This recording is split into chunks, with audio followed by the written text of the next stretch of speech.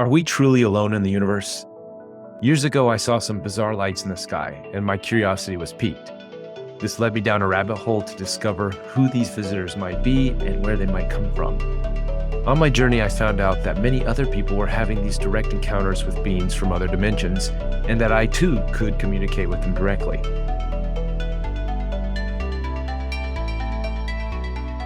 Well, cool. Hello, everybody. I'm excited today to talk with my buddy Tash, who I met at Lisa Royale's contact retreat a few years back, and we sort of kept in touch and into a lot of the same kind of things. I think we kind of come at this whole process of disclosure, aliens and things from a somewhat similar angle. And you guys probably all saw in the light language episode, Tash just has a way of articulating things that you have sort of, that I've had in my mind, or I'm trying to say something or get a concept out, and he just, bam, he hits it. He knows how to take this wacky world of ETs and crazy stuff and psychedelics and energies, and can make poetry out of it. So, welcome, Tash. Come on. Hey, it's good to see you all. I'm definitely looking forward to catching up, Ruben. I think it'll be interesting because just be a wide array of topics. I think that'll interest people. We'll see where it goes. Totally. But anyway, my name's Tash Nestos. I've been into metaphysics for many years. Got into it in as I was getting close to graduating in the late 80s and early 90s, and I got into Lisa's stuff, Lisa Royale. Back in the early 90s, it was crazy in terms of all the literature and books that were coming out. The whole UFO phenomenon was just going through the roof. And it really just opened my eyes because I was just trying to read everything I could get my hands onto. And you saw all the consistencies between everyone's reports regarding whether UFO abduction or whether it was channeling. And I really got heavily interested in that because I saw all the consistencies around it. So to me, it made sense both from an intuitive point of view as well as, scientific point of view.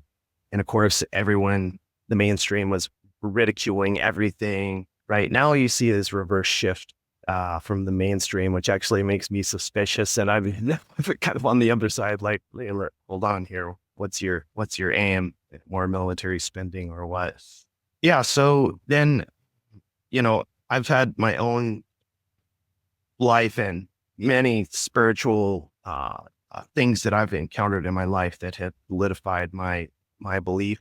And I've also tried to come at it from a scientific point of view. I, came up through a semiconductor company as an engineer, and then just on the side tried to learn more layman's way of learning quantum physics and that kind of thing, and seeing how it really overlaps with Eastern metaphysics. And you see all the similarities there. And I think that's really interesting to show people or explain to people how the fundamental way that the world works is, from a scientific view, actually is no different than the way that we typically think of it from a metaphysical point of view. So, I ran across your stuff. Yeah, that mirrors my journey too, in so many ways.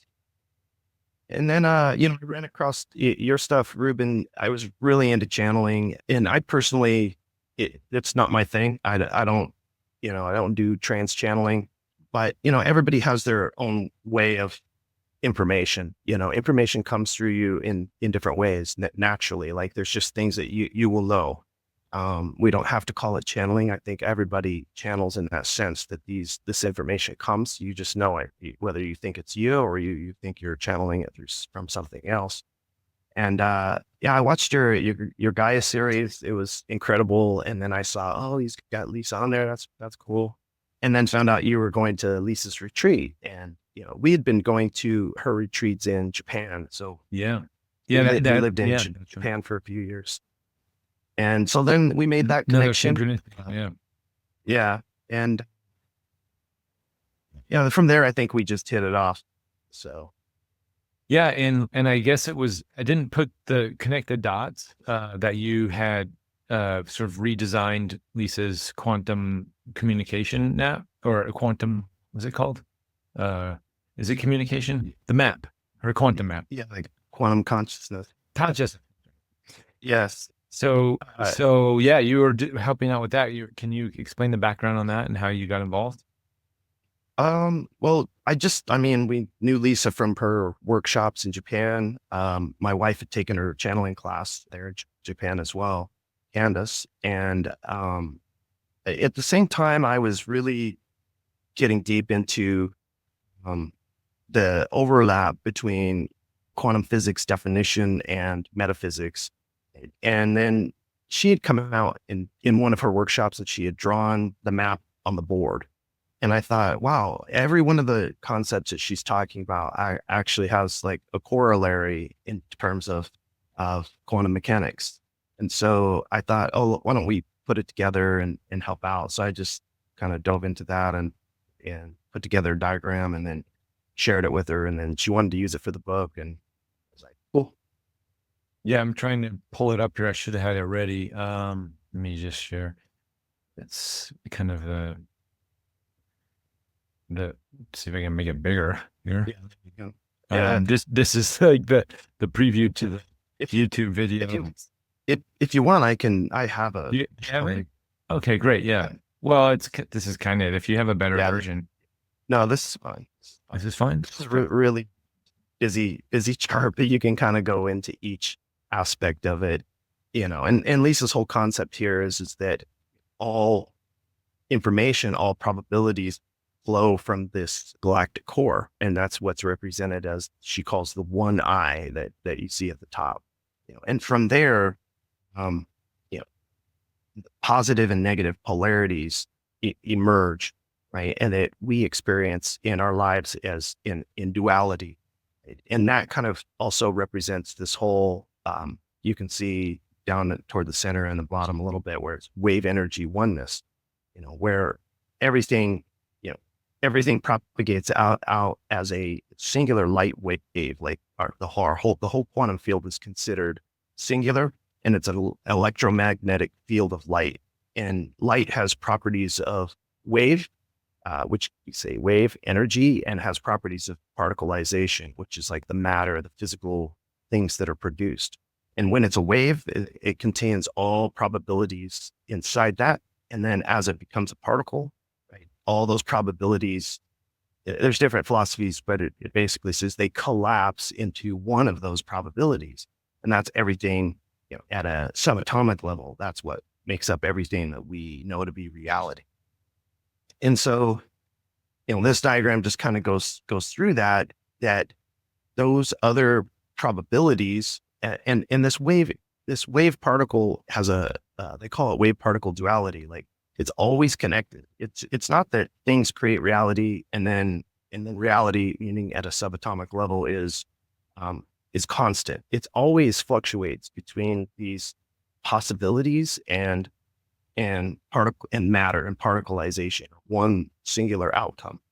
So you know that at a subatomic level, we are oneness in the sense that we're never always physical. Like in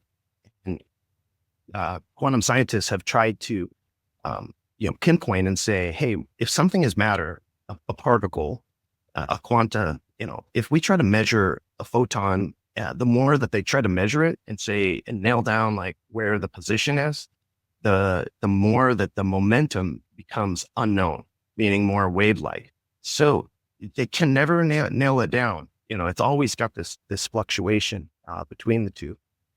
And that's where the whole concept of 0 point energy density comes from. That's kind of over there on the left part of the map, and I kind of tied that into an analogy, but I think that there's some truth behind it, is your in breath and your out breath.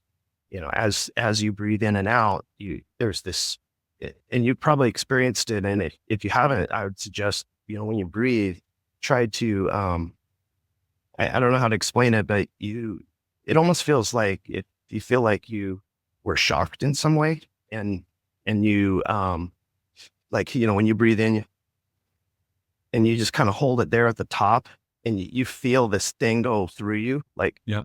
like just, and you almost like go a little bit past where you think would be the top, and you hold it for a second and you just feel, you probably feel like all the chills and go through your body, right? Mm-hmm. And that, to me, I was relating that to this idea of 0 point energy, which is that fluctuation between the wave of all possibilities and the particleization of matter, which is everything we know to be, we say is real. And in between there's a point that that fluctuation occurs. And, some scientists and some people say pseudoscientists have latched onto this idea of 0 point energy, because if the volume of a photon has reached the minimum and it goes to zero, then it means that uh, that everything would have to be, you would at that point would have to be moving faster than the speed of light. It would have to be infinite in order to carry that energy. So that Mm-hmm. then they say, when you're at this kind of wave state, but you're still particleized matter, and it fluctuates into that wave state, there's actually infinite energy there. But if you think about it, everything is connected anyway as oneness. And, people will argue whether that's true or not. But even in quantum physics, even today, I think that they've come to the understanding that everything is connected, We right? call Because entangled. Yeah. Quantum yeah, entanglement. yeah, And quantum entanglements. one thing just to throw onto that, what helps me visualize sort of that concept, what you're talking about, is actually when I channeled, when I was under hypnosis with Barbara Lamb, first time my waking mind had heard this was, I said, the questions, formulating questions are super important because they contain the same vibrational frequency as the answer. So, if you, depending on how you ask the question, the answer lies within, I'm sorry, how you formulate the question, the answer lies within the question. So they're entangled, and if you really can get the answer to anything you want, if you just ask it in the right way. So just that example, I think exactly what you're kind of talking about, this entanglement of all of everything. Yeah, that's exactly right. Uh, yeah, entanglement showed, they did this experiment called EPR experiment. Einstein, uh, Rosen, Pulaski, I think Pulaski, Horosky maybe, did an experiment, and they found with quantum entanglement that, um, what happens to one, so when two photons are entangled and then they're separated, and they can be separated by any distance, they found that if the spin on one photon proportionately or inversely affects the spin on the other proton, so they can instantly communicate. And they said that can't be possible, because that means that they're communicating faster than the speed of light, and that breaks Einstein's theory of relativity. And so as a result, there's different philosophies on oil. They say, well, maybe there's these hidden variables that we don't know about. But one of the philosophies that I really like is David Bohm. And David Bohm came out with this, was what's called hollow movement. If you ever get a chance to read his book, he's got a wonderful book called Wholeness and the Implicate Order. Basically, the concept is that it's, the universe is like an ocean, and this information that's communicating is actually communicating more in the wave state, not in the particle state. So it's actually not breaking Einstein's theory of relativity, because it's not communicating faster than the speed of light, because they're not particles. Even though we perceive that aspect of particles, it's almost like they're the ocean.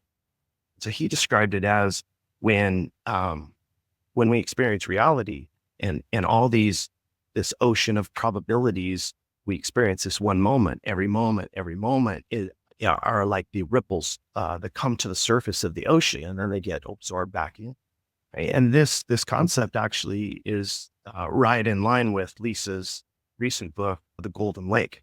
Yeah. I mean, that is the concept of the Golden Lake. And sometimes that's a little bit hard for people to digest, because what her book implies, and maybe it's the part, we don't want to talk about, or maybe we have different views on it. And it is paradoxical, so you can view it in both ways, is that our consciousness or our soul is absorbed back into one, and that when it comes back, say in another lifetime, it's not it's not actually that you have this contiguous stream of lifetimes. It's that you're back into the soup of all that is, and then it's reemerging, and you have aspects that you had brought back into the ocean in past lifetimes that are now of the one, that are then maybe reemerging, and you have memories, but those memories are not like just you. They are oneness. They're, this is why you see so many people, I believe, who say, oh, I had a past life and I was Cleopatra. Well, there's probably like thousands of people that said I was Cleopatra in a past life, or, had these very prominent things, because I think those prominent figures had bigger impacts and influence on fulfilling the probabilities in that time. And the more of those probabilities or possibilities that are fulfilled, get pulled back into the oneness, and that's experienced. And that's the whole process of fulfilling possibility. So, my definition of evolution is the perpetual fulfilling of possibilities. If you think about the universe and reality, like that's what it's doing. It's always in motion. It's always in the moment, in motion, and it ties right in with quantum physics, that you've got all these probabilities that exist in a light wave, and we are light and we are energy. You've probably heard that quote from Einstein. We are energy and energy is light, so therefore we are all light beings. And we fulfill those possibilities, and then every moment that is being fulfilled. And in that respect, you can start to appreciate the differences that people have in their beliefs, in the way that they live their lives. And you can start to appreciate that all of these possibilities are being fulfilled. But then of course you get into, people controlling, right? And you're then limiting the possibilities that you can experience. And that's what I think we're experiencing on this time. I mean, there's something to be said and appreciated for resistance, and having that resistance in itself as its own experience for you to, realize it, because everything's relative. Your happiness is only relative because you understand what sadness is. And so this whole idea of duality, you just don't want to get stuck in the two polarities. So when your beliefs, growing up, you collect all these beliefs, whether your parents taught you or your school system taught you, to be right or wrong, or it could be your direct experiences. All that stuff shapes who we are. Yep. But then the problem is that then our ego then immerses us into what we think we are based on all those experiences. And that's also in Lisa's, that diagram, the ego then anchors you into that belief. And the intention there is that it allows you to then immerse yourself into the experience of duality. Let's see, it's what was that? Now on the bottom left, the idea there is that the ego then takes your beliefs and it anchors you into that experience, so that you can fully immerse yourself in the experience, so that you can fulfill that possibility, right? And then, as the universe would have it, every moment, the next moment, you would then immerse yourself into a new experience.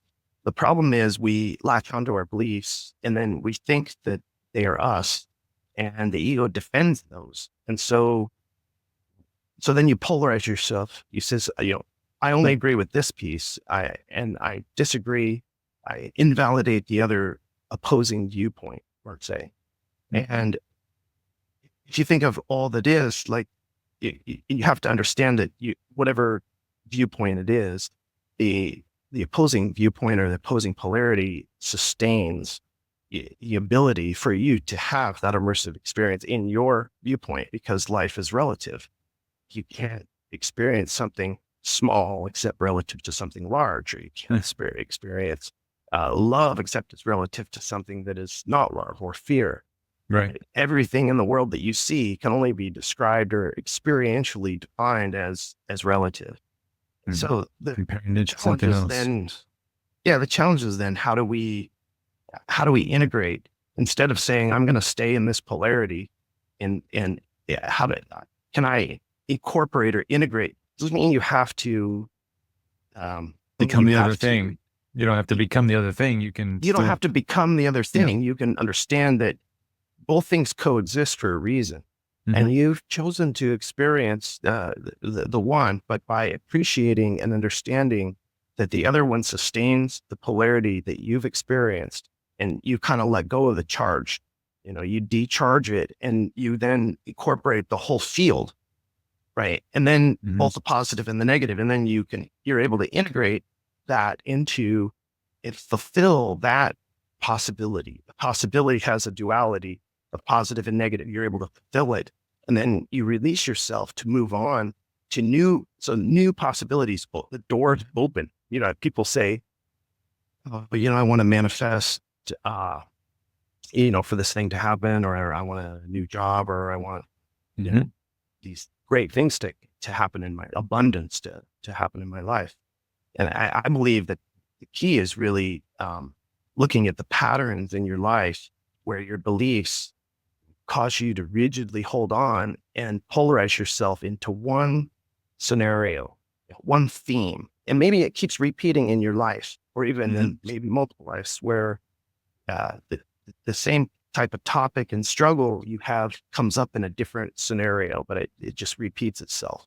And that's because you're not unable to like move through that, integrate to fulfill the possibility, and then you're released, and new possibilities will emerge from that. And then that's when doors start to open, and I think we've all experienced that, through my life. It's today. It's been a journey that I can't even describe how all these doors just continued to open for me. And I didn't go through the standard um, education system. You name it. It seems like my path was a little bit different, right? And I just working on yourself and being able to let not be so rigid and let go. Now, it's a fine line, because um, you can say, "Oh, well, what about people that, are trying to control everything?" Because I know this is a big, big topic, in the world right now. Yeah. And it's hard to say, "Oh, it's just everything's rainbows and right, let things happen as they happen." So, this is where the idea of sovereignty comes up. So sovereignty relates back to evolution, because if we said evolution is the fulfilling of all possibilities, that for infinity, right? This is oneness, fulfilling and experiencing all possibilities from relative angles. It's experiencing itself from relative angles and integrating and fulfilling and on and so on. Then sovereignty is the freedom for you to have, and others to have, the free will to fulfill those infinite possibilities. And so, and unconditional love is the allowance for yourself and for others to have sovereignty to Mhm. fulfill infinite possibilities. And then the idea of control, or this can even relate back to religious terms like sin. Mhm. The idea of control, is that you are limiting those possibilities. You're saying, okay, you have 10 possibilities in front of you that you could fulfill. But as a central authority, you have to go through this one path, and you're only given access to these two possibilities. And so you're limiting evolution, because evolution is the perpetual fulfillment of possibilities. So they're really limiting our what do you call our spiritual Just the potentials. Yeah. y- yeah, I mean, it's who we are, right? We are oneness, Right. trying, so it's trying to That, resist the that, natural flow of the universe. Is yeah. And that's sort of, Stephen Greer's latest film, The Lost Entry, sort of touches on that concept of, did we Did we have, a whole century stolen from us from keeping the UFO subject secret from the society? So anyways, that's one of those, those evil people. They're doing these things to us. So, but I know you're going to go into more. So you can, one way I like to remember this is, uh, I frame it in a way called the gate and road. And what it is, these are the main ways that, that people try to control society or try to de-evolve, don't allow us to have our sovereignty. The gate is basically any central authority or structure construct that you need to go through in order to get to a possibility on the other side, right? They have inserted themselves as a middleman that you have to pass through. It could be government bodies, government figures. It can be school systems. It can be religious institutions for right? actors.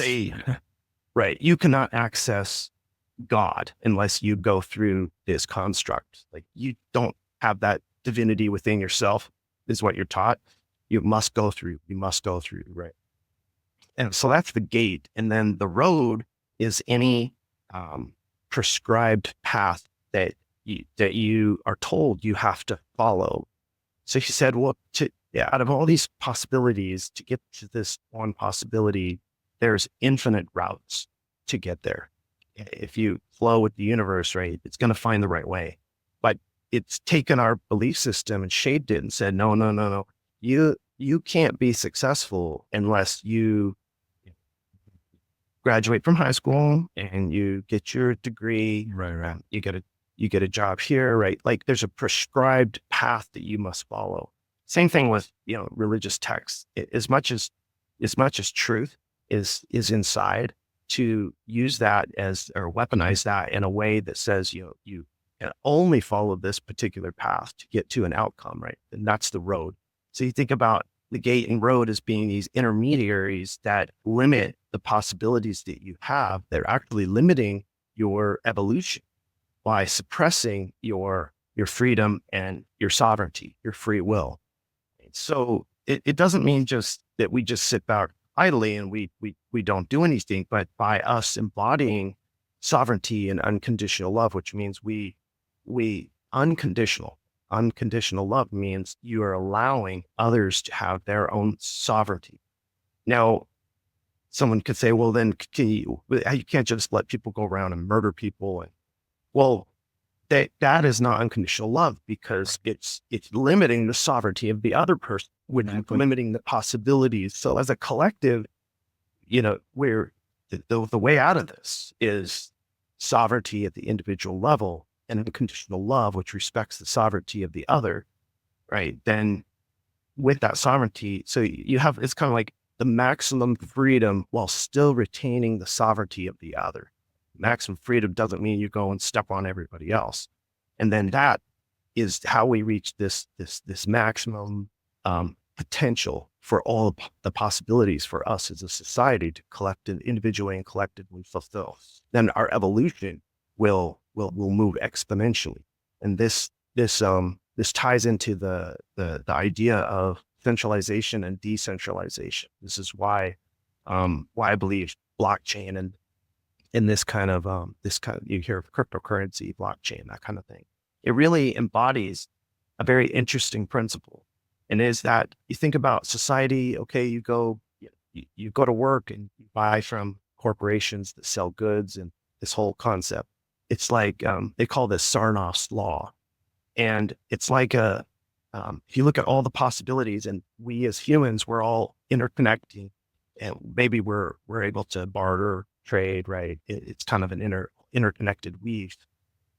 They tried to limit that and monopolize that through central institutions, meaning like everybody that works at a corporation has to go through that central structure of the corporation to produce goods. People who purchase have to produce through a limited number of these central institutions. We're not connecting person to person. So Sarnoff's law is limited in its capacity to grow. So that also reduces limitations. Because if you think about it, if you had all these infinite possibilities for us to interact, but instead it can only be through this central hub, right? Then those possibilities are going to be severely limited. And now on the flip side, decentralization, which, you've heard of Bitcoin and a mysterious fellow named Satoshi Nakamoto-san came up with the idea of blockchain technology. And they were able, to say, hey, well, look, if we had a way that we could exchange person to person, peer to peer, then instead of 10 people, say, for example, going through this central hub of a central institution, being limited to 10 times one, you have 10 people interacting with every other person. Person one is interacting with person, two through 10. Person two is interacting with person one and person 3 through 10, right? So it's 10 to the 10. So you can see that, and that's called Metcalfe's law. So Metcalfe's law represents decentralization. Carnot's law represents centralization. Decentralization exponentially increases the possibilities that we can create as a society when we work together. This whole idea around intentional communities, blockchain technology and interaction, like all those things are based off of that. And that's why it's such a fearful thing for people who are in central power. Of course, they've come in and they've centralized these decentralized systems dramatically. You still have some of the security benefits, but it's just become a mess now. So you just always have to remember it's back to the person in interacting. And if we can remember, don't allow ourselves to force us to pass through these central institutions or central pathways. And that's free ourselves. That's the alarm on CBDCs right now is, everybody's sounding that alarm because everybody who knows anything about it, just basic history, that those centralized, centralized communism, these types of modalities just don't work. We've never had in the history of it going well for the people. So essentially the CBDCs is, the most centralized thing you could possibly do for a currency, much more than it is. It's already centralized, but the next layer of total totalitarianism. It's just, it's I guess a frightening thought that by it's really a way to force you to go through a central system in a way that is connected to and can control all aspects of your life. And it can further limit all those possibilities that we want to explore as human beings. It's what was it? Enemy of the State, the Will Smith movie where they're sort of tracking and doing everything. Is that the right movie? I forget, but basically that would happen to not just, this one guy because he's like a high ranking official. This would happen to every single person on the planet. Or was it Minority Report? No, that was Tom Cruise. There was some surveillance movie, it was like, I forgot, maybe someone can write in the comments, but anyways, basically every action, his bank account is frozen, these things are happening, he can't do this, he's being tracked, all that stuff, which makes for great, made for 10, 15 years ago of Enemy of the State, of great movies, is now a full reality. And I saw a comment there from Michael. Yeah, and they are testing CDBCs. Yeah, that's what Fed now is. This came out the other day. Yeah, I think it's something. It's a way to take away and control sovereignty through a centralized structure. And worst is that whole concept of the gate and road is like it's saying now that if every aspect of your life, so whether you go to the store and you want to purchase something, or you're online, you heard like the social credit score type concept and those kind of things, it all connects back and is saying if you don't obey the gate and road, then you will be limited in your ability to live, because it relies on your ability to exchange through it would be digital currency. So it is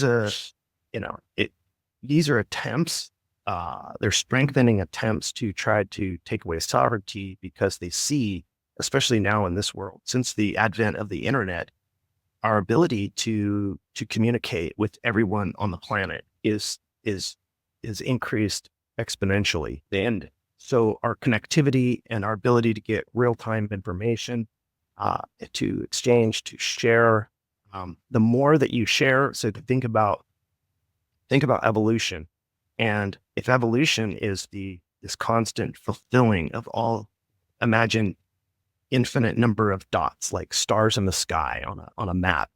I like call it like a star map, and you're trying to fulfill all of these possibilities of oneness, experiencing itself, through infinity.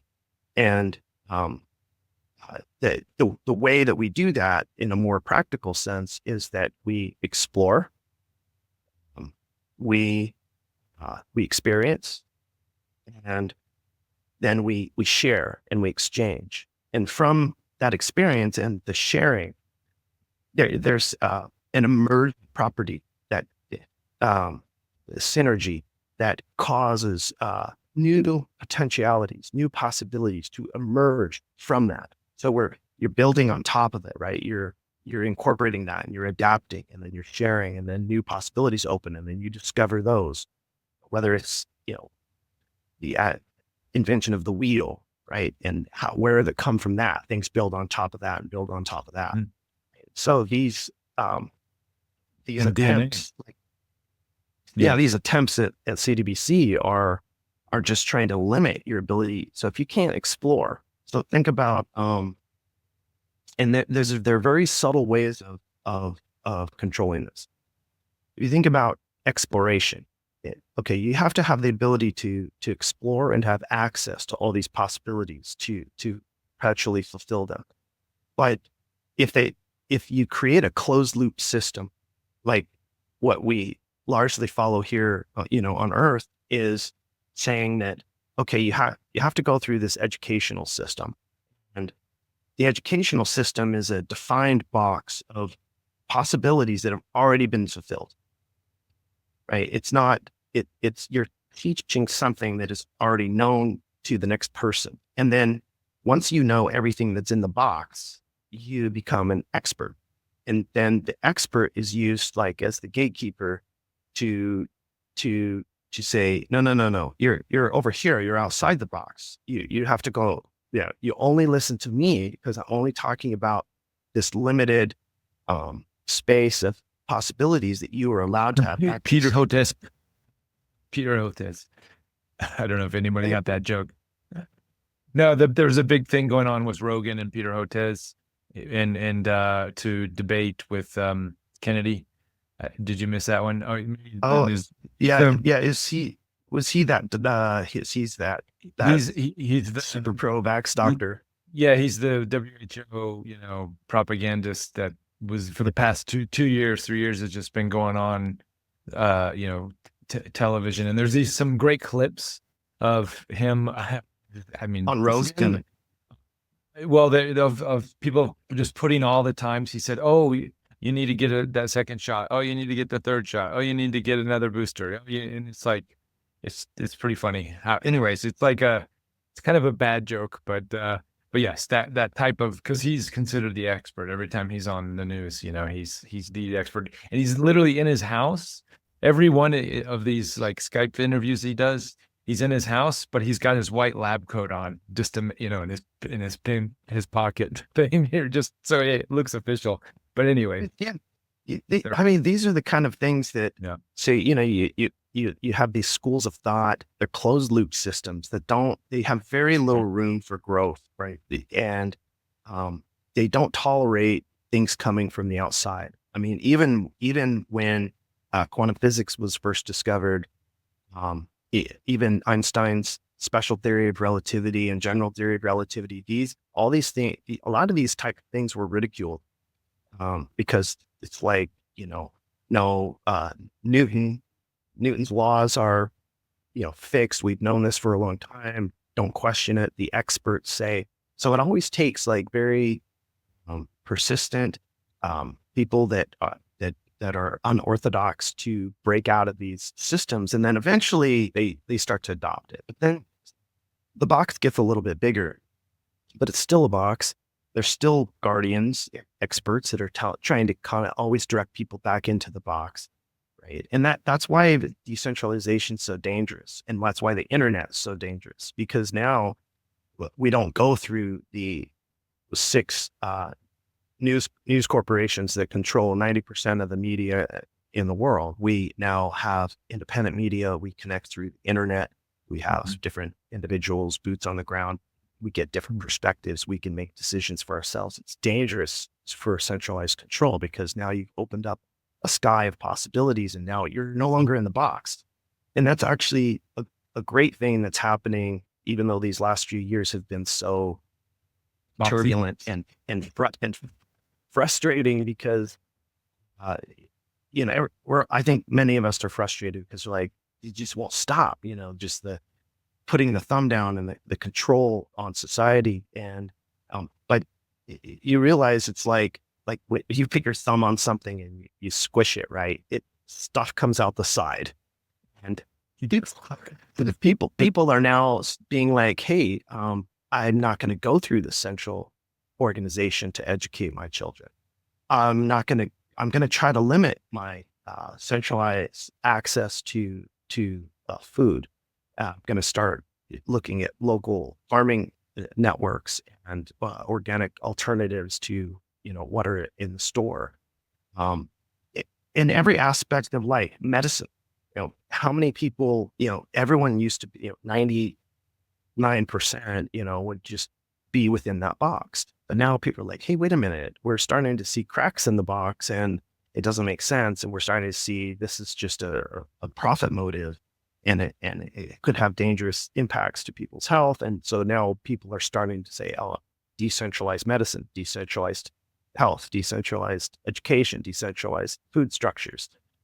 Yeah, that's going to continue. Like as they try to box people in and take more and more control, this just highlights the natural flow of the universe, like evolution and the fulfillment of possibilities.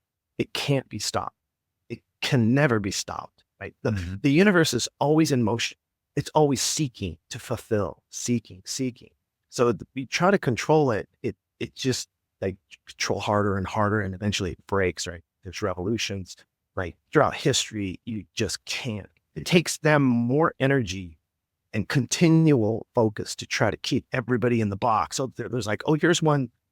Joe Rogan escaped over here. We got to control it and go land him, get people back in the box. So yeah. Good news, I guess, with the bad news. Yeah, there's I forgot who exactly said it, but ultimately that's how we know, in a sense, we label, right, evolution good. We label this expansion of consciousness. That's what I think just inherently we know is, the right way, the way to do, what we, good or evil, right? That's going to vary on different things, but basically that sort of, everyone is for life in evolution. So naturally that what you just described, that way of evolution is the most natural, the most probable.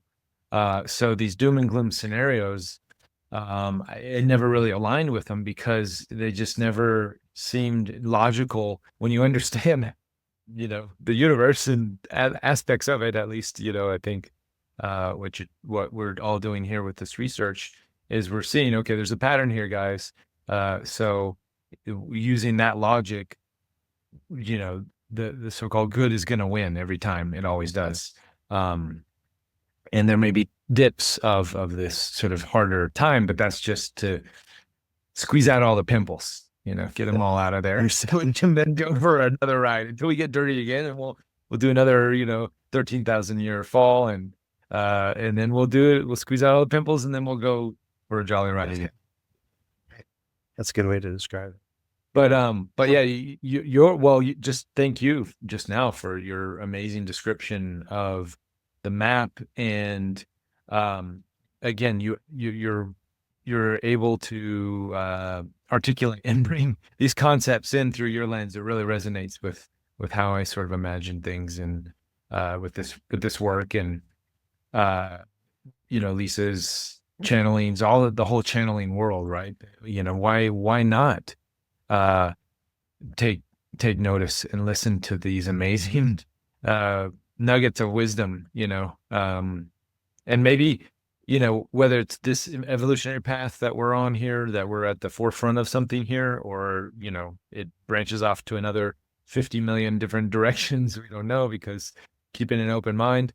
Um, but what an amazing place to be, to receive this information, from the show, from these channelers, this concept of ETs that are helping seed the consciousness, so we can point to what we have in society right now that's working, like cryptocurrency. That's what happened to me when I saw Bitcoin, and started researching decentralization and understood what that was. I'm like, well, that's kind of what we need here for our evolution. So yeah, let's connect those dots. And sovereign homesteads, local farming, these are the solutions that carry that frequency of decentralization and sovereignty. So there are these physical things we can do in our life now that hold that frequency. So the more of those that you can sort of do, you can be in the frequency of that. Shop, when you read the labels, oh, this has this in it, so I'm not going to do that. Don't invest in XRP, because that's what the central bank digital currencies are going to be using, a lot of that technology. Yeah, you could make a ton of money, but you're helping a centralized. XRP itself will be decentralized, but there's a lot of central bank digital currencies that are going to be using XRP to move that money around. So go for the alternatives. So this is just, reading the labels. I think I feel like, not just with everything that you've done with Gaia, you have a back history that in a previous conversation that we had, when it comes to some of the early disclosure movement, you were at the forefront of that. And then with Gaia, on all the metaphysics and opening people up to the possibilities of inner or extra dimensional contact. The things that you're doing, like with these communities, the community that you have here, for free flow and exchange of ideas and concepts, so that we can build on top of each other's ideas and grow. Mm-hmm. And then I see you're also, we've talked before, you're also very connected with the more concepts around intentional communities. And Yeah. And I think you've gotten into some farming and gardening. All those things are opening doors for other people. And I think if we just remind ourselves that the more we can just do that and live, if we all just live our life through our own passion, we're lighting up a light in our heart. And if everybody can do that, and you can live with respect and respect the sovereignty of everybody else and allow them to be who they are. So not try to control them to fit this certain prescription, the whole gate and road thing. But allow them to their light to shine. It might be different than your light, and it might be weird. It might be, you think, oh, I don't agree with that. Those are your beliefs and your judgments. And all they're doing is limiting you and making you stuck in this repeat of these possibilities we individually have put in a box. So we talk about these central constructs and controls that are limiting our access to this box of possibilities. We do it to ourselves. We do it to ourselves as we develop these belief structures, and we get rigid and we get locked into what we think is truth. We have more knowledge than someone else, or we're better at something. And one thing that kind of turned me off about the spiritual or the metaphysical community at large is that whole, the spiritual ego. I got tired of I got tired of it, because it's just, we're all special, but to to harp on the idea that, you're an expert at this or that, and and you're here to maybe correct other people, or this idea of hierarchy, that you're higher than someone else, is a false concept, because it's no different than saying you're the expert trying to keep everyone in the box. It's just your belief, and you're trying to keep everyone in your box. And so you go through life, and you know, you have these experiences. You shape your box, all your beliefs of who you are inside this box. You think you become an expert at it. And then everything you encounter in life, you encounter in a person or another situation, you're like, I want them to match my box. So you try to convince them. If you can't convince them, you try to control them. You know, and this is where, abuse comes from. It can be, intermarital. It can be violence on the street. It can be government, institutional control, whatever. You're just basically trying to control everyone to fit inside your box. And then, so it could be very simple. You're going through the day, and you think your partner should drive a certain way in the car. Probably all been there. I know I struggle with it all the time. So, and then you're like, you should be a certain way, or you should drive a certain way. But then when it doesn't match what's in your box, so you have your expectation in the box, and you have reality. So reality often falls somewhere outside the box. And the reason is because every single person on the planet has their own ideals, their own belief structures, and they're all pulling in that direction, right? So it's like this web, and everybody's pulling, trying to force their beliefs. And people who have more power and control, more money, more power, more control, are able to force more and more people into their ideology, into their box. But you can't ever fully succeed at it, because it's just too, 7.5 billion people trying to pull in different directions, right? So when something happens in your day and it falls outside your expectation, there's a gap. And the gap between reality and what your belief is, that's I remember who I heard this from, but it stuck with me for many years.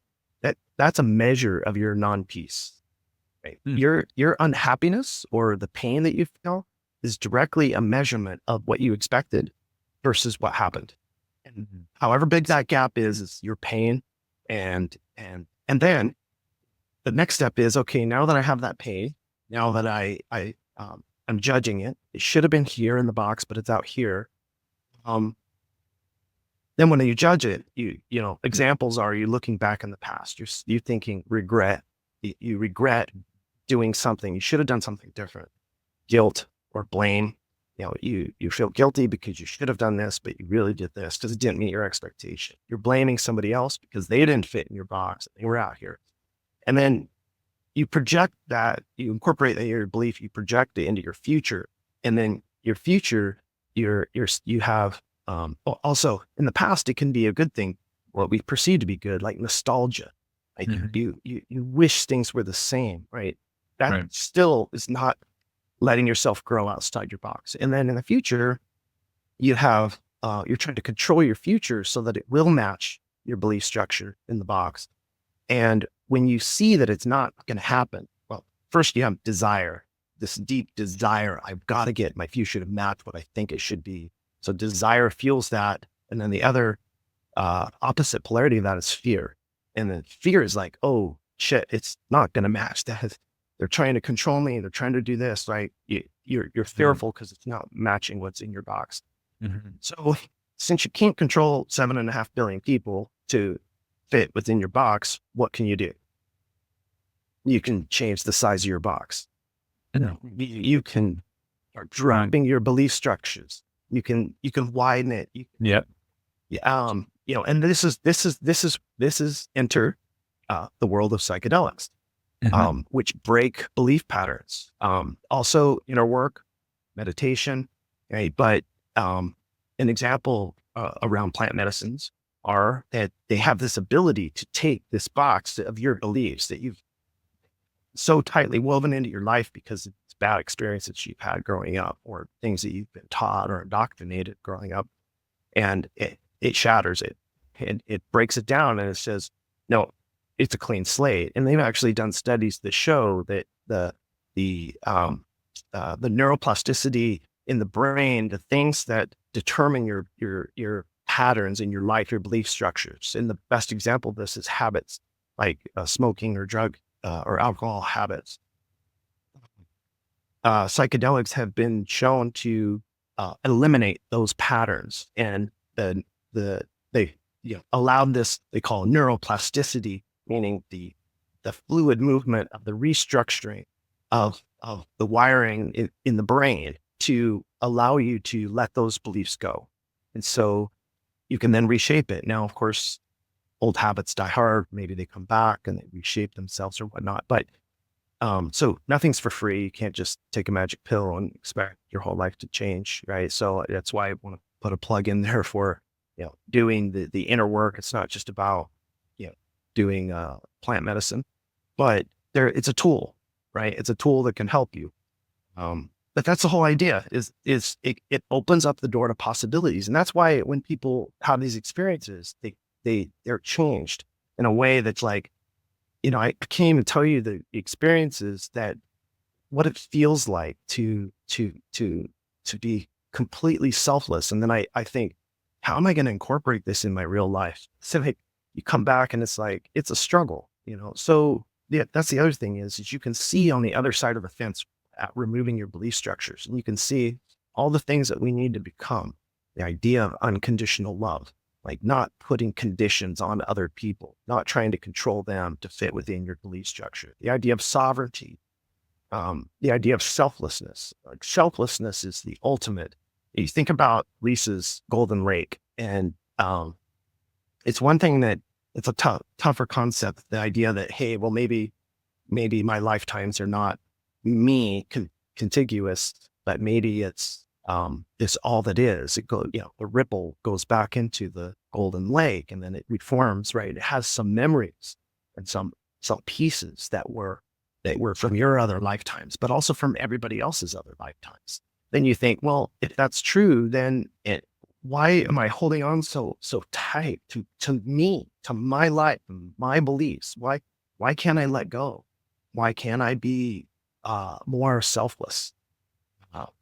And it's hard, but mentally you can grasp the idea, like, oh, that actually makes sense. Like, it's not me trying to elevate myself, and like I'm on this rat race for spirituality. I got to be higher than other people. I'm more advanced, blah, blah, blah. No, you're going back into the hole, right? And it allows you mentally to grasp the concept, say, okay, I get it. I can see why it's important to be selfless in life, as hard as it is to apply. And that's surrendering to, to your experience, to what's happening, and not fight it so much, or look for look for those places of resistance. But I love, Tash, just how you take a lot of the sort of metaphysical concepts and add the practicality to it. Hey, this is just logic, guys. You just follow these paths, and you get them. These are the outcomes, cause and effect.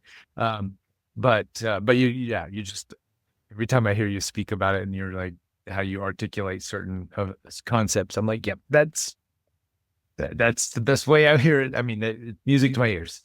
Does anybody want to chime in on all that? I love how you strung it into plant medicines, and you just grew it. We had cryptocurrencies, plant medicines, and cabal, control mechanisms. The gate, what's it called? The gate and road. Gate and road. Beautiful concept. I had never heard that before. So, you explained that very, very well.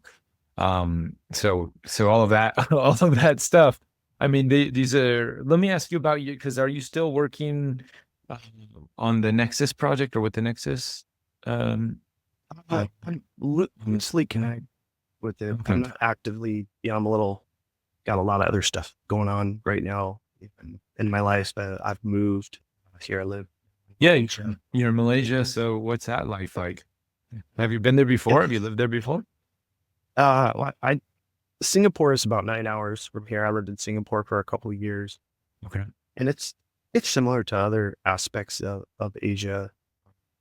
I lived in Japan and lived in Taiwan for a couple of years.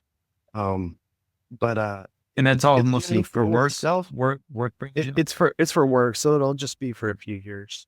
But it's an opportunity to experience different cultures, different Yeah. people. So I always appreciate that. There's certain things I miss about home, but at the same time, it's a journey. You get to explore new things in life all the time. So Yeah, how cool is that? And especially with someone with your philosophy, so you get to really, uh, you know, in bring in all of the knowledge of these different cultures and look at them through a clear lens. You sound like you have very little judgment or anything, with the since you know how it all works. So I definitely, my first time overseas, it definitely opened your eyes to, you realize that our culture in the US, it's its own box.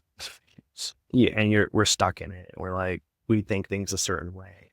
Yeah. You realize the world's not like that. Yeah. Everybody's very different and they all have very good angles on things. And to try to put yourself into other people's shoes and understand life from different points of view, it's a good exercise. And yeah, we talked about David Bohm. Earlier. yeah, I think I found the book Wholeness and the Implicit Order. It's wholeness, the implicate order. Oh, implicate. Sorry, I can't read. Well, actually, he talks about the implicate being the ocean of possibilities, and the explicate being the ripples that come to the surface that make those realities, those possibilities become fulfilled, and then back into the. So he calls that whole process the hollow movement because the universe is in a constant state of becoming. Right now, in his book, he ties it all into, and some of it's complex, back into the quantum mechanical formulas that actually meet the, meet the requirement. There's lots of different interpretations that can make the math work. There's Copenhagen theory that says, all these possibilities collapse into one possibility that's fulfilled. There's the many worlds interpretation that says, no. All the possibilities fill in parallel, and Right. and we have infinite parallel realities where every there's another version of you that was just slightly different in this one moment for infinity. That's the one that's described too. They're all Yeah. beautiful, and they're not not always mutually exclusive. Like Sure. the idea of many worlds, it also fits well within Bohm's hollow movement approach. And but Bohm, that's where did he work with Oppenheimer? Did he work on the atomic bomb? I know he had connections there, but I don't know to what Right. extent, he worked directly with Oppenheimer. I know, he was part of that whole, it just seems like during the early 1900s that the whole quantum thing exploded, and Right. there was a lot of all the names that we hear today, Hugh Everett and Max Born. Yeah. Yeah, Schrodinger. You hear Schrodinger's cat. The cat in the box is both dead and alive until you observe it. That's really part of the concept that I missed is, that when this whole wave of possibility collapses, or however you want to call it, into one fulfilled possibility, you say, well, what causes that? And that is illustrated in the dual slit or double slit experiment that, where they take a photon and they shoot it through a screen or through a wall with two slits in the wall. And then there's a screen on the back that can measure pattern that the photons hit the back wall. And so when they shoot this photon through the wall, they put a camera on the other side. This is observation or measurement. And what they find is that if you turn the camera off, the photon goes through both slits as a wave. So it becomes a wave that has an interference pattern that's printed on the wall. That's very unique. It's different than if it would have went through the wall as a particle. But when you turn the camera on, the wave collapses into particleized matter, and it has a different signature on the wall. And so they call this the measurement problem, meaning that we as participants, there's arguments over whether it's just measurement or it's observation or it's consciousness. But regardless, you can't observe it without you affecting the outcome of the possibilities. So the wave collapse is directly correlated to you, your observation, and your consciousness. It's an amazing concept because it's a lot like, you guys remember the Prism of Lyra? Maybe we could talk a little bit about this. There's some other aspects of this and religious stuff and too that's tied into Prism of Lyra that I find fascinating. But it triggers my memory on the prism because our consciousness is like a prism. Like if you think about white light has laying dormant inside white light is the seed of possibility for all the spectrum colors of the rainbow, but they're not manifest. They're not realized. They're just a possibility. So white light passing through the prism, think of your consciousness, yourself, your participation in this reality is your observation. So we are the prism. So the white light of possibility passing through the prism of our awareness, our consciousness, collapses that down into the possibility that's fulfilled. And the whole idea of this double slit wave particle duality is really just, it's incredible. Like you said, you have quantum entanglement, things communicating supposedly faster than the speed of light, but really it's probably just a part of the wave, part of oneness. But they did another experiment. They said, hey, what if we measured the, and when I first described this, I described it right. The camera is measured before it goes through the slits. But they did another experiment by John Wheeler, and they called this the delayed choice experiment. But they said, hey, what if we put the camera after it goes through the slit? So before it goes through the slit, it converts it to the particle. Camera on, camera off. They said, what if we let it go through the slit as the wave? We won't measure it. It'll go through as a wave, not a particle. And then we'll measure it after. And what they found is it retroactively changes time in a sense. I remember this. It went through the slit as a particle, even though it was measured after the fact. And this goes back to the whole thing. That's why I related it to quantum entanglement, because quantum entanglement is the communication and the velocity across space. And this is regarding time. And because of the movement, because it has movement in its time. Yeah. In the theory of relativity is that there's no separation between space and time. It's not the concept of space time. So it's really quite incredible. It is. Thanks for doing that. I know many haven't heard all of those experiments. So, Paul, you want to ask a question? Hop in. Yeah. First of all, just wanted to say very insightful discussion. So thank you. And my question is, how much of our reality is dual in nature, not just the physical aspect, but perhaps you've heard of, masculine and feminine energy, being a duality of sorts, as one example. There are others, but any of that you could touch on, if you know? I mean, I would say that it's in all aspects. Like duality itself is a construct that by virtue of us being individualized, our consciousness, it appears to be individualized, but yet that whole wave duality where you are, but you aren't, right? It's always fluctuating between the whole and the individual. But the moment that we anchor ourselves as an ego, and we're able to see the other, right? We're not oneness. We're able to see another consciousness. There's a duality or a polarity that exists, right? That we have to navigate through. And that's the challenge in trying to remember that we're not always the individual particle. We are always also the wave, and to be able to incorporate that whole field of possibility. And it's not to say that one is better or like masculine, feminine. They're all aspects that require, I would say, the same concept that you have to have both in order to have the relative experience. differentiated. Like experience is relative. So you have to have both. Like masculinity is only sustained by femininity and vice versa. There's no such concept, like you couldn't even fathom or experience or even know or understand what masculinity was if you didn't have its reciprocal.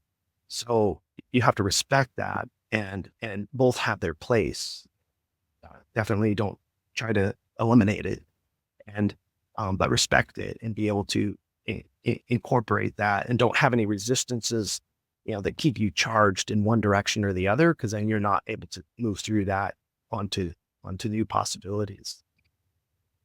That's great. Would another example be electromagnetism? Having different, what is it? One's perpendicular to the other. I mean, yeah, well, the whole universe, or the whole universal field is electromagnetic. So I think everything inside of it has electromagnetic properties. That it doesn't matter if we're talking about maybe concepts that are mental or concepts that are physical. I think if the whole quantum field is electromagnetic, then it just goes to show that everything has everything is able to have an electromagnetic charge and a frequency, whether it's a thought or it's something physical. Right. Thank you. Yeah, and that sort of goes into what that same thing earlier, like the question contains the answer because of the frequency. So electromagnetism is frequencies and vibrations, and like frequencies attracting like frequencies, pulling using gravity. When I play my Rife David Sereda Rife machine, then it'll different types of electromagnetic frequencies go out, but that frequency strength depends on the specific frequency that's going out. Some frequencies are stronger than others, just by the harmonics, and then those attract the magnets and do all kinds of things. But yeah, so it's the fact that our universe is electromagnetic gives credence to law of attraction, to what you put out is what you get back, to all of those other sort of metaphysical terms that we're used to saying. So Cara, why don't you hop in? Or did you want to go on for that? Oh no, I was just gonna say that the say electromagnetism, we mean electricity.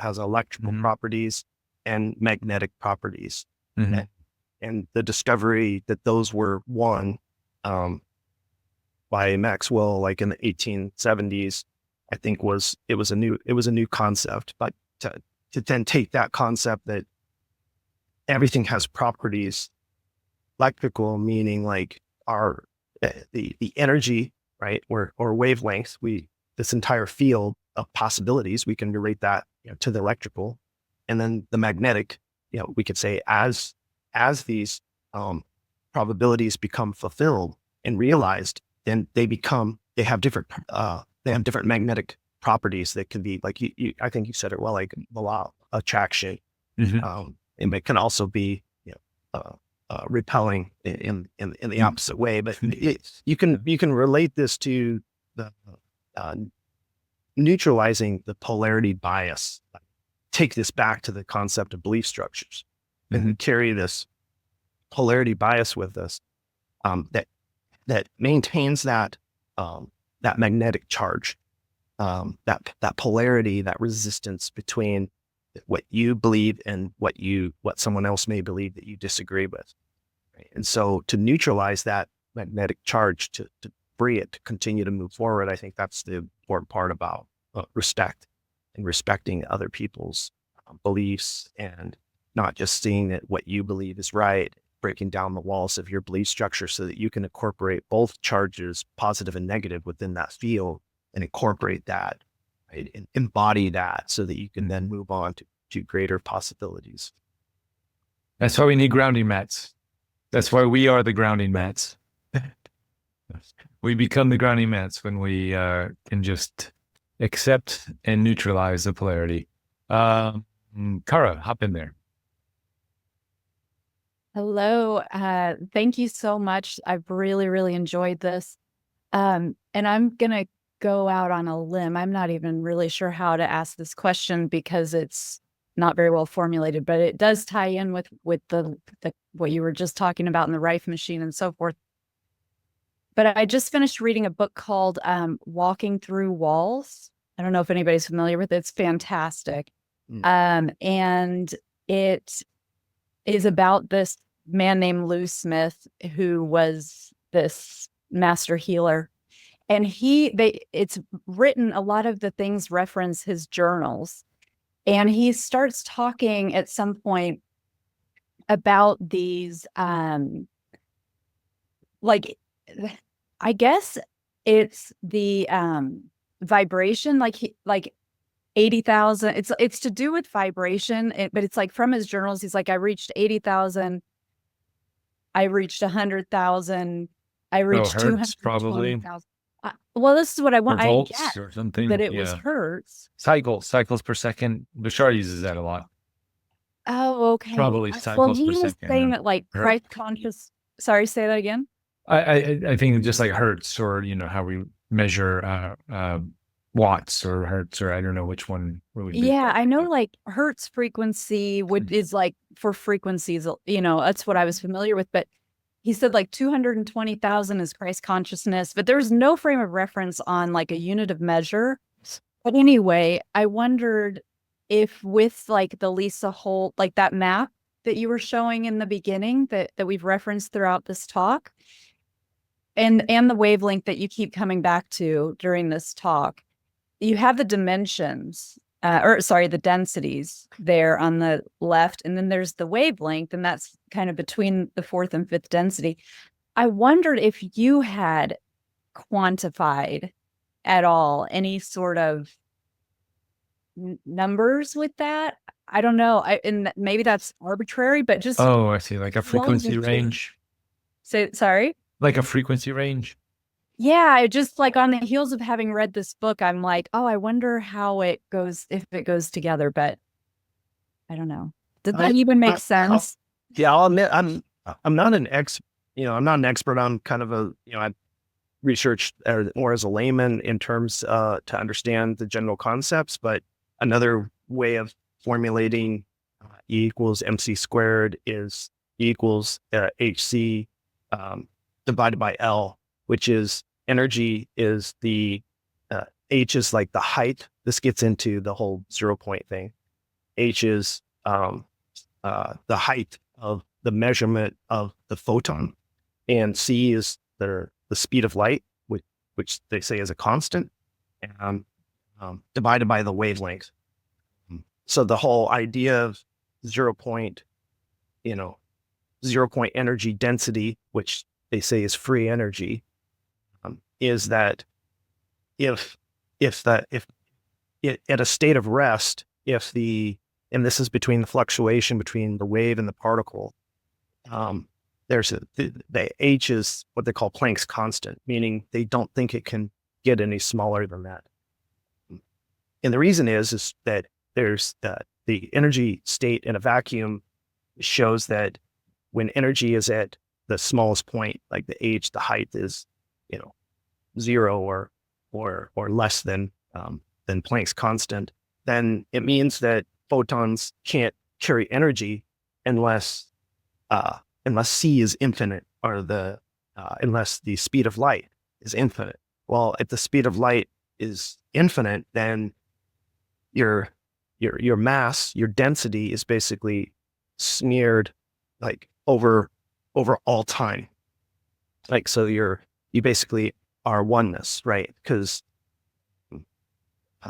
like the speed of light and the velocity through space and the time are disproportionate. So, this is why as you move faster toward the speed of light, time slows down for you, but not for everything else.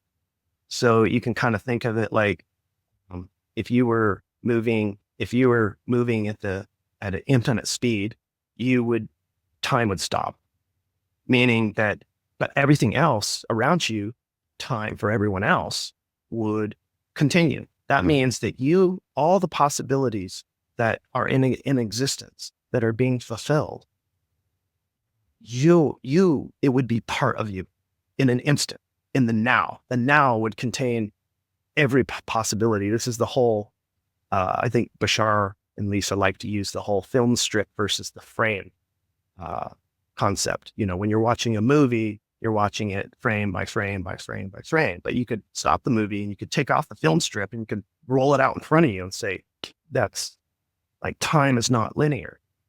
So I don't know about, this book that you're talking about, but a lot of these theories play on this concept that there is untapped energy in every particle is a holographic representation of everything else, of the wave of possibilities. That's why we say holofractal. It's break a holographic plate into a million pieces, and every small piece actually represents the whole. That the same would include the density or the energy density of the whole, the mass, and then likewise, everything as a whole is fractalized and able to kind of involve itself from this oneness, involve itself into every potentiality that's being fulfilled. That those two concepts together are holofractal. So I suspect it's kind of around that concept of breaking those belief structures and tapping into, whether it's through scientific invention or whether it's through meditation, the idea that we are oneness, that we are more than what we perceive, and the connection that we have, this whole wave particle duality, never goes away. That's the problem that they have when they talk about the 0 point energy. They say, well, a particle is never a particle. It's never fully a particle. Like matter, who you are, is never fully defined. They can try to measure it, to the nth degree. And the more that they try to pinpoint a photon's position, like I said, the other aspects of the photon, the momentum becomes smeared across time against all probabilities. So this wave, from wave to particle, always exists. It's never, you're never just matter. You're always contained the possibilities of the wave at a subatomic level. That reminds me of so I was talk about psychedelics, a psychedelic journey off on the beach in Florida, Georgia. I was just meditating on the beach, and it was like nobody was there kind of beach. Literally had to take a ferry to get there, but I fell down in the sand. My head like went into the sand, and then I shot out of my body, and I saw myself on the beach. And then I saw all of these, what I call just the density levels. So third, fourth, fifth, and it looked like a timeline for an editing timeline.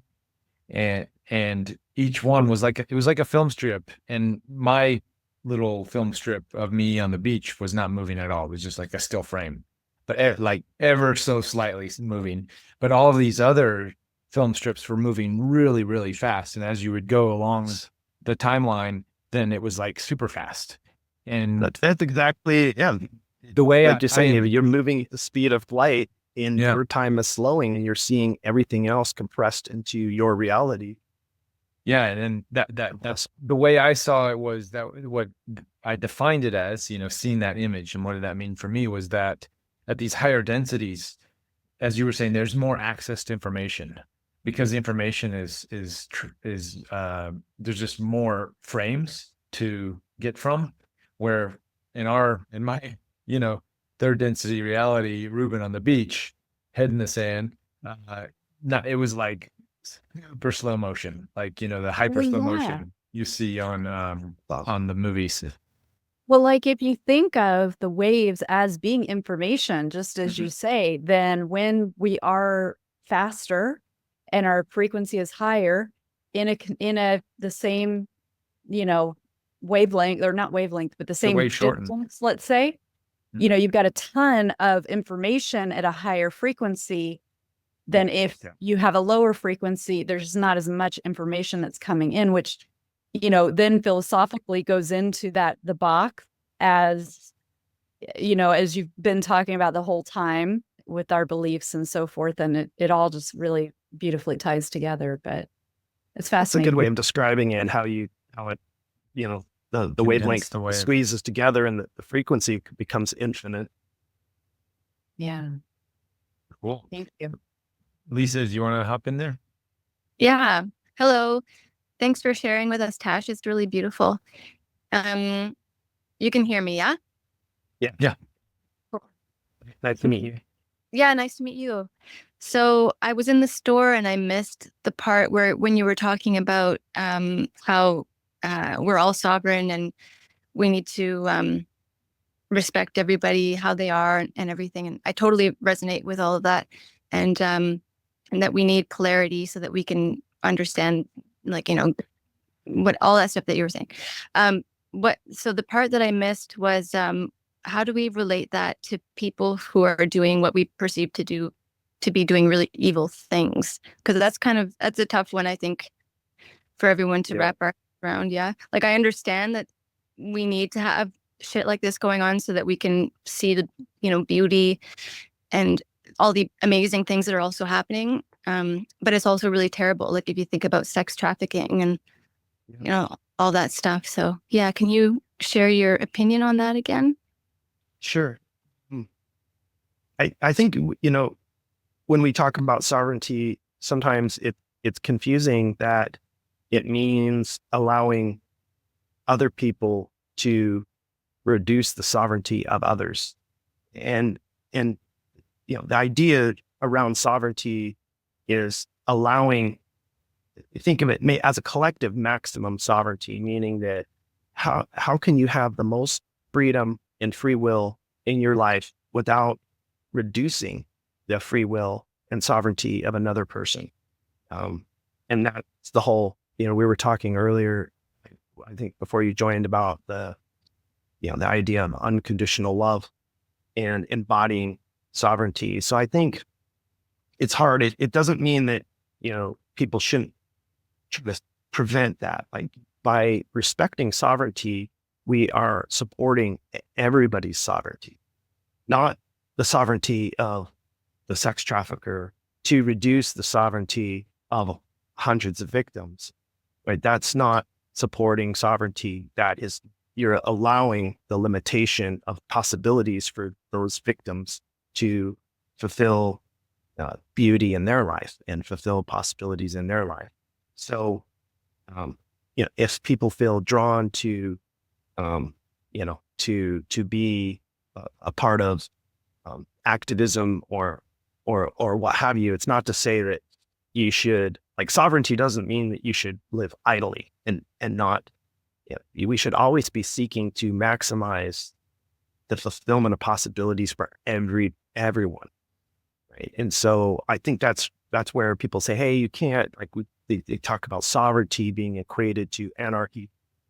It's like, how can you let people go around and murder somebody else? But murdering somebody else is actually the opposite of sovereignty.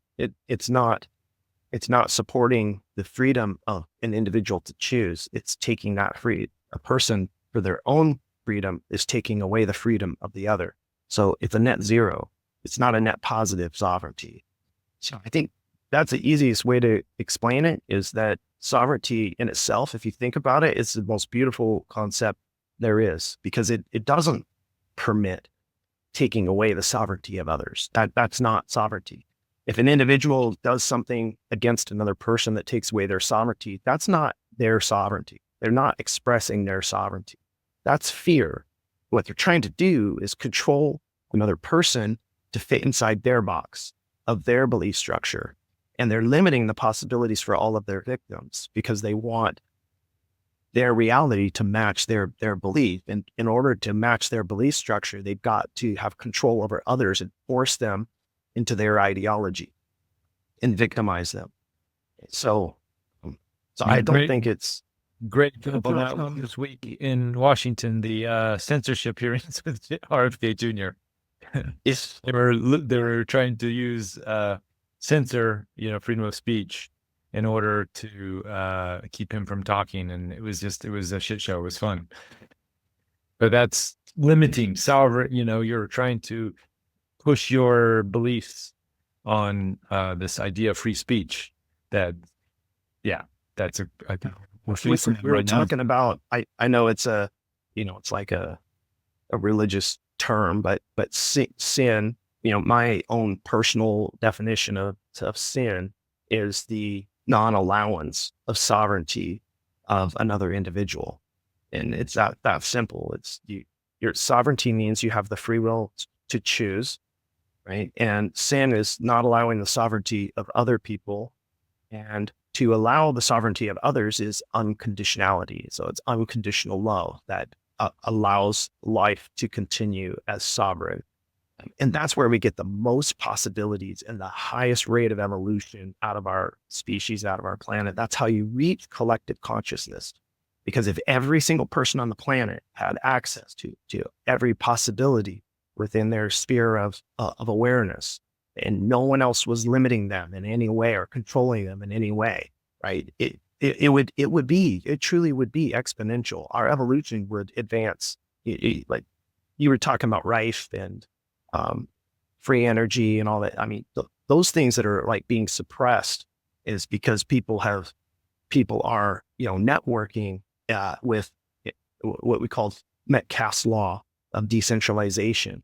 That allows all these new ideas to come out like at a rapid rate, because you're not limited to this world, but they try to force you in with the gate and road, into that box. Lisa, you good?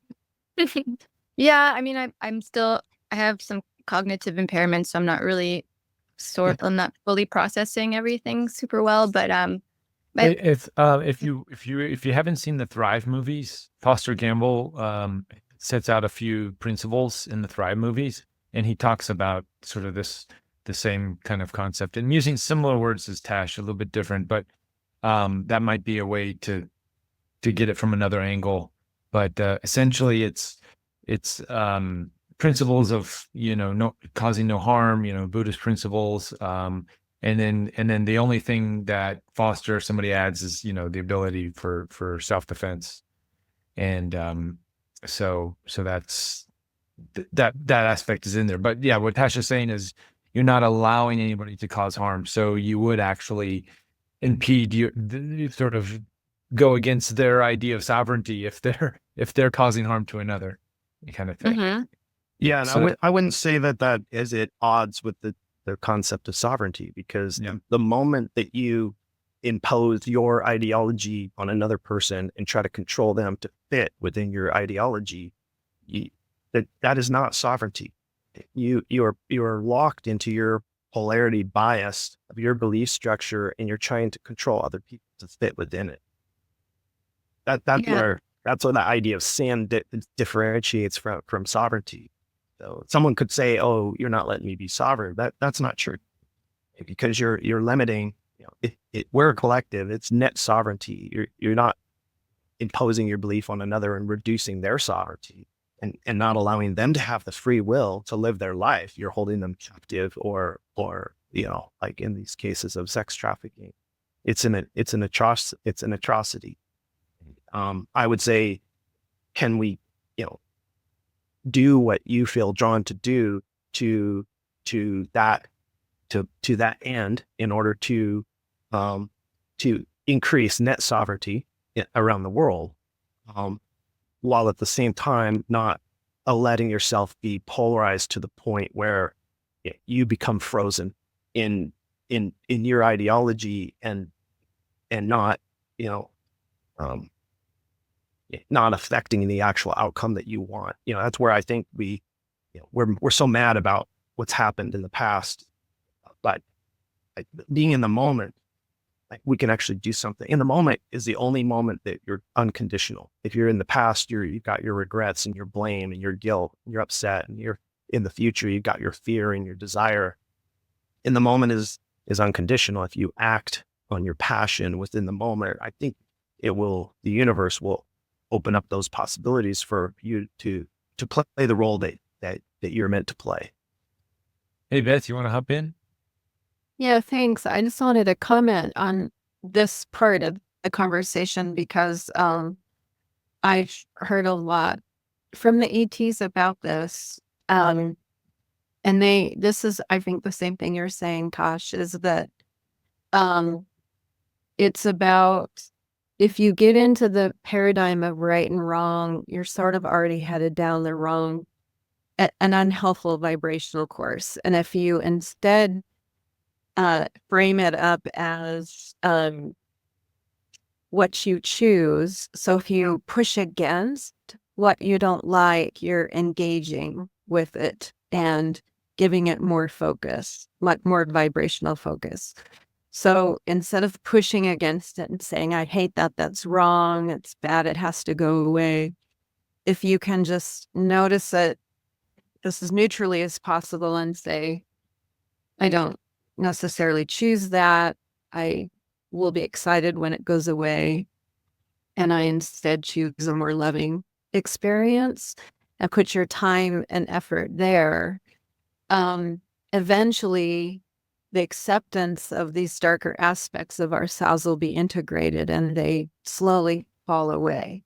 But engaging in that's wrong and we have to go stop them is giving it more vibrational attention. But like Tasha was saying, if you were standing there and someone was getting kidnapped right in front of you, obviously you would take action, and that's a good choice. So just saying the same thing in just different words. Yeah, something to say on the whole, the angle of being positive as opposed to being resistive. Being positive doesn't mean that you're just saying we're going to allow things to be, but it means that a good example is like what these decentralized communities have done with cryptocurrency. They've said, well, instead of fighting against the government and the Federal Reserve and all the things that we don't like, we're over here on our own path. And they've coded these brilliant algorithms that can be distributed across the globe, decentralized, that can't be stopped. So that's a good example. But like on the trafficking thing and some of those very tough cases where something terrible's happening to somebody else, I'd say if you feel drawn to the beauty of supporting life and supporting children, it's not just the children that you're seeing, say on the news that are being impacted, but like you can positively play a role in empowering children, for example, right? And which is a proactive way of preventing those things from happening to others in the future. Now, I know there's also this very higher level view that is about, in order to change an existing paradigm, you do not struggle to try and change the problematic model. You create a new model and make the old one obsolete. Yeah, that's beautiful. So the answer is not inaction, not doing something, but it is doing something. But do something within your control, within your sphere of influence, that you can influence people around you. You can have a positive influence on children around you. You can do positive things that can help prevent these from their sovereignty being reduced in the future. That's why I'd say put it into a positive action that can have a positive outcome for them, as opposed to the anger that we feel in resisting the perpetrators, because I don't know that actually solves anything. It just makes you angry and polarizes you into that paradigm. Yeah, it's so nuanced. We should always make incremental progress towards increasing the collective sovereignty. So whether it's government institutions or or controls that are being reducing the sovereignty of us as individuals, or whether it's, as was mentioned, Lisa, the sex trafficking, those kind of things that are reducing the sovereignty of victims. We should always be embodying ourselves on a daily basis, even just the action of supporting the sovereignty of another and the net sovereignty of the whole. I think that itself will raise that collective vibration. It will be, it sets the example, and that example is like a candle that's passed from one person to another. And that as a whole, it won't be able to sustain itself in that environment. Now, there's that viewpoint, and then there's the very, very high level viewpoint is that if all possibilities must be fulfilled to experience in this body of oneness, relative, every piece of this oneness must be experienced and fulfilled relative to every other piece, then the idea of bad things, maybe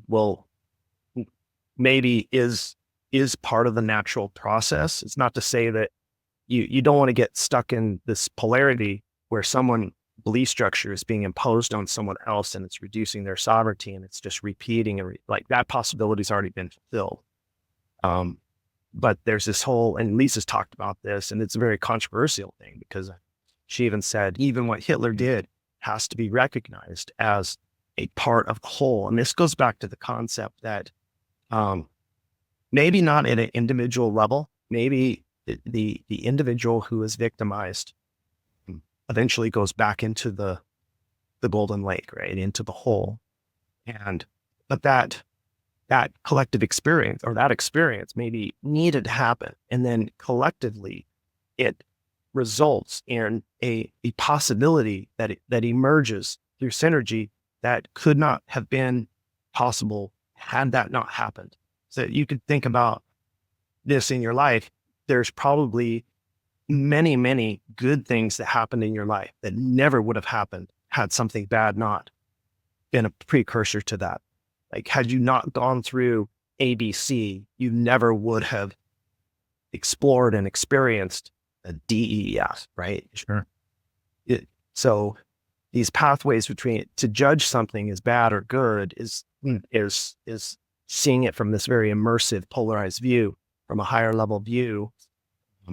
This flow of the universe and fulfilling these possibilities is, I think there's a higher perspective there.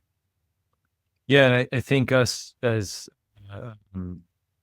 perhaps as we get our sort of galactic badges and we start going out and doing the Star Trek thing, all the ETs say one of our advantages as humans is knowing more that individual sense. I think many ETs don't have that individual, that fully developed individual ego consciousness that humans have been able to really.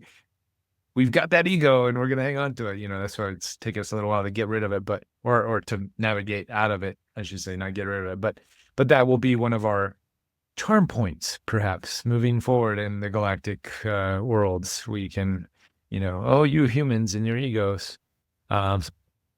So it's all going to serve us in some way. Yeah, hop in, Lisa. Yeah, just to play off of what you just said, Tash, I'm glad you mentioned that, because I was going to say there's that whole other aspect of how, we all have these contracts that, that we come into the world with, right? With the circle of light, Georgia Jean talks about this. I think Lisa might talk about it too, but I've heard this a lot from different teachings that we all have these contracts. So like going back to Hitler, he apparently came into this world with this contract that he was going to do this, and it was so terrible, but in the end it's all good. It was all for a higher purpose, right? So I do resonate with this for sure, but it's hard to really wrap your head around it.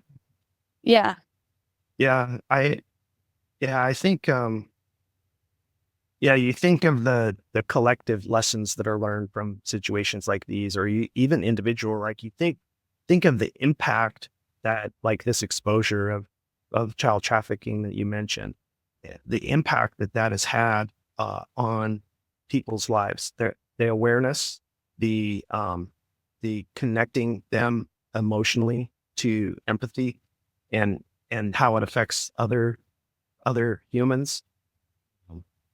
The care for life, and so that awareness is now embodied in how many millions of people that have been made aware of this. It wasn't before, right? And so those things do lead to positive changes. Same thing, after World War II, we kind of learned our lesson for a while, and but then I don't know, history has a short memory.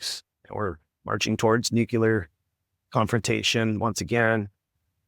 These things are all challenges that we have to face, but hopefully these collective learnings that we've gathered along the way help us to be in a better position to navigate in the current moment. Like if we hadn't experienced that before, maybe we wouldn't even know. Like, think about Hiroshima and Nagasaki.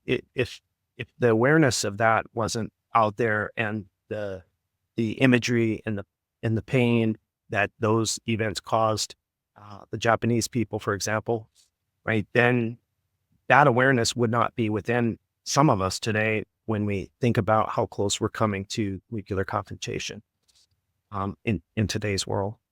So, in other words, all bad things lead to good possibilities that would not otherwise be available had we not gone through them. We wouldn't be able to feel so many good possibilities. And it goes back to the idea of relativity, and all experiences being relative, right? If you hadn't experienced what something was like to be small, you couldn't even know what it was like for something to be large, or good versus bad, right versus wrong, love versus fear.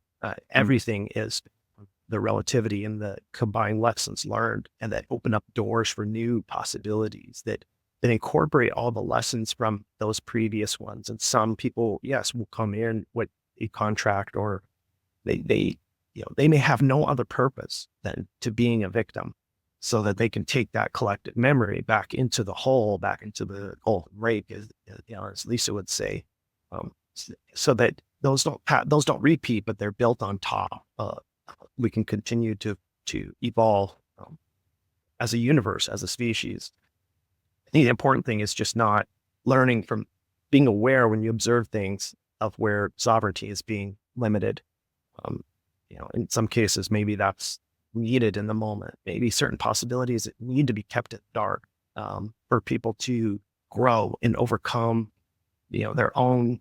Not everybody's in control of overcoming their own victimhood. I fully recognize that, but that can also empower people. Like, if you didn't have this resistance and you weren't being controlled by somebody else, you may not have the impetus to wake up and to see that you've become a victim. Like, maybe it takes you getting angry and going through that whole process or for awakening.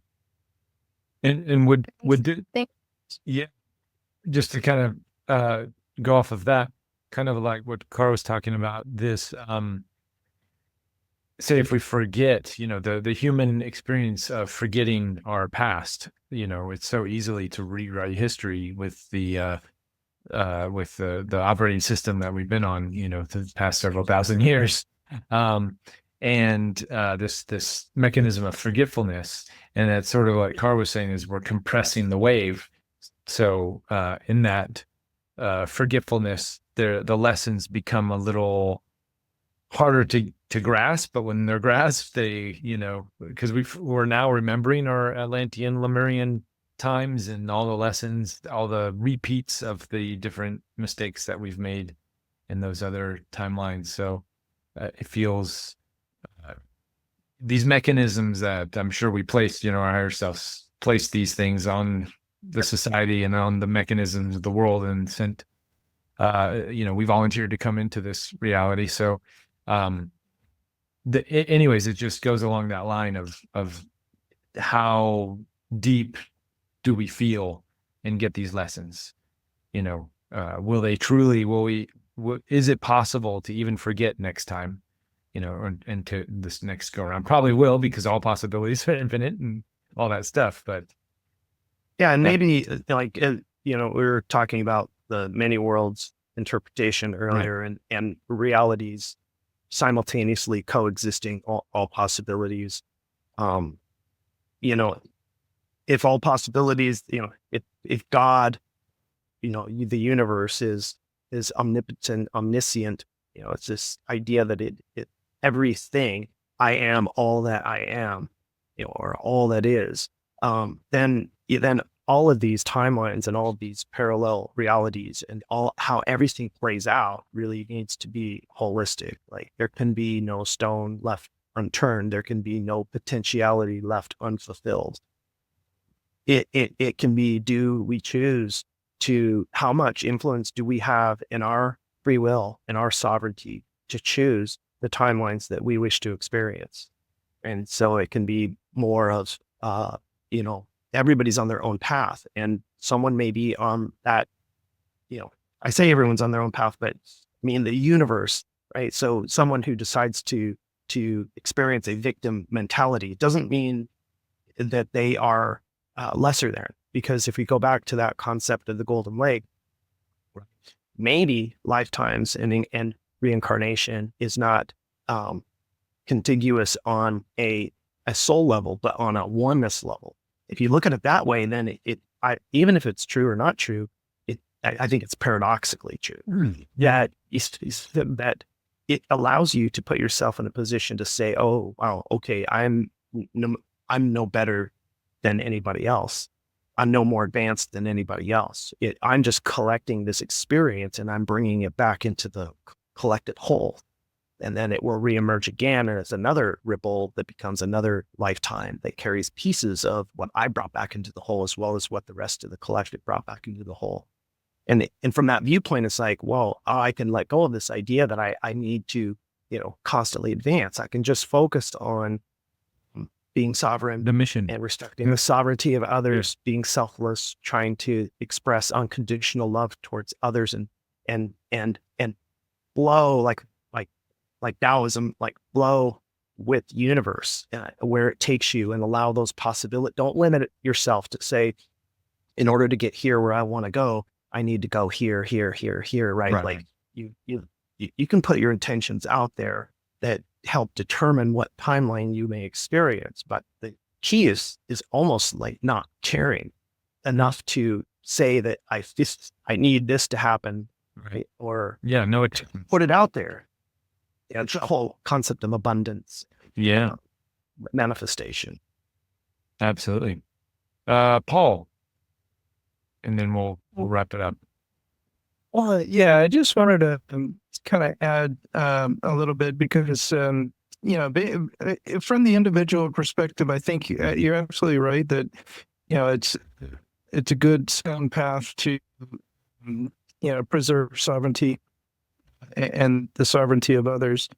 We were kind of chatting about the notion of, and this is something that I've heard as well, kind of cosmically, from the oneness perspective, that there are no victims, there are no perpetrators. We all make conscious decisions about, what's going to happen to us, and even who, is involved in that.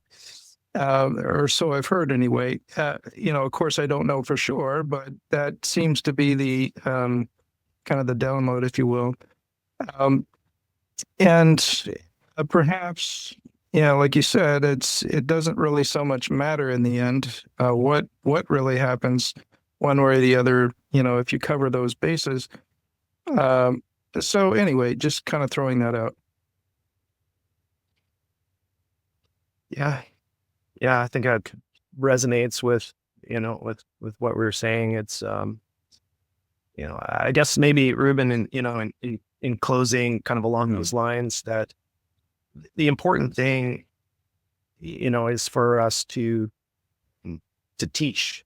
One time I had an experience, and it was to teach love, and I thought, how does somebody teach love? And that immediately my mind went back into this expert, Bob, like how do you become an expert? The answer was, everyone can teach love because love teaches. Like you don't have to be an expert on anything to teach love, and you teach it through your actions and through exemplifying love. And I think that's the key for humanity, is that we can all embody love, right? And this is not only the key for this. Your big theme is ED, and people think about contact in terms of, I need to go out into a field and shine flashlights around and, make my intention, right? And it's not to say that that's not helpful or it's not making contact in that way, but through love, your heart opens to a space that allows all these possibilities to become available to you. And the connection to those possibilities is not just this little box over here that you perceive to be your reality. It goes beyond that. And this interdimensional contact is how it occurs, and I'll just leave with, I had an experience, I think I mentioned to you, Ruben, about dragons, and how it was an interdimensional experience with, like, dragons are perceived, in mythology as hoarding all the gold. And what the deeper meaning behind that is that they're able to collect the possibilities, the experiences through, as love opens up the heart, you're able to then, all these treasures in life, you're able to bring them into your life, right? And so, it was kind of shown that when the heart is full, and you're embodying love, that you're then able to connect to this dragon consciousness. And I could commune with them, talk with them, experience, right? This is another reality. This is an interdimensional contact, right? And so the lesson there really was not that you just go and I want to make contact with another species. It's that I will open my heart. Won't have an expectation, and whatever comes, and it will lead you to more of those possibilities and interacting interdimensionally. This is I think, a missing component of contact. It's not, nobody even really talks about love being the primary contact or primary mechanism by which we make contact. Yeah, thank you for bringing that up. Keep that in mind when you hear all the the government stuff that's coming now in disclosure. It's like, you don't need a central authority to tell you what disclosure is. Disclosure comes from within yourself and your own sovereignty to explore through the heart and make contact as you will. Absolutely. And all of the sort of things we preach here on these talks, and everything that is, what Tash is just saying there, it's absolutely that. As many places in your day-to-day life that you can accompany and embrace that unconditional love, everywhere you can find it, and everything you can do to be in that frequency. Contact is happening. It's happening now, but it will happen in ways you can't even imagine. Because imagination puts limitations on it. So don't even go, just just be in love and cool shit will happen. That's right. Have you ever seen Metatron's cube? It's the embodiment of all of the Platonic solids of the geometry of the universe. And if you think of each person and opening the heart, and you don't, like I said, you don't have to be an expert on anything, just living your life with love and opening up, right? That light then connects with every other person, right? And if you've ever seen you can look it up, and the difference between a centralized structure and a decentralized structure, or you can look up Metcalfe's law. You'll see the interconnection of all the possibilities of Metcalfe's law, showing it's like that, where we're connecting to one another exponentially. And as we do that, right, that's how collective consciousness is achieved, is through embodying it within yourself first, right? Yes. We don't have to focus so much on, oh, I need to wake up everybody else, or or I'm superior and I need to heal somebody else, or what. Like, it all comes from within you can help people, sure, but it comes from within your own self. And nobody's less than or greater than anybody else. Like, we all go back into the proverbial ocean or the golden ragus, so to speak.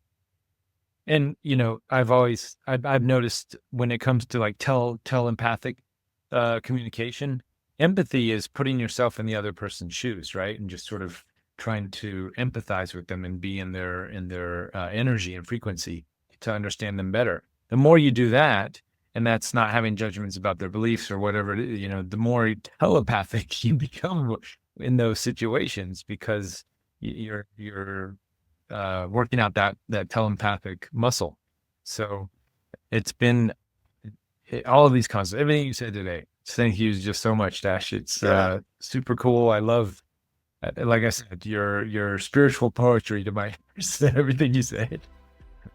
I really appreciate you having me on. I enjoyed the conversation. I look forward. It's a little bit hard for me to connect because, like for me, it's 9 a.m. So thanks for being flexible. But I try to watch some of the downloads after the fact, and you have some amazing guests, and I just love how the whole community is vibrant and growing and feeding off of each other. So thank you, everybody. Well, thanks for being a part of it, and definitely have you back on.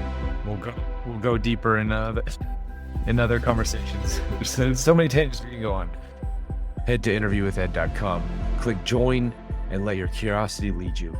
Understanding that exploring these new worlds and concepts can make a positive difference in our personal lives and together as a collective.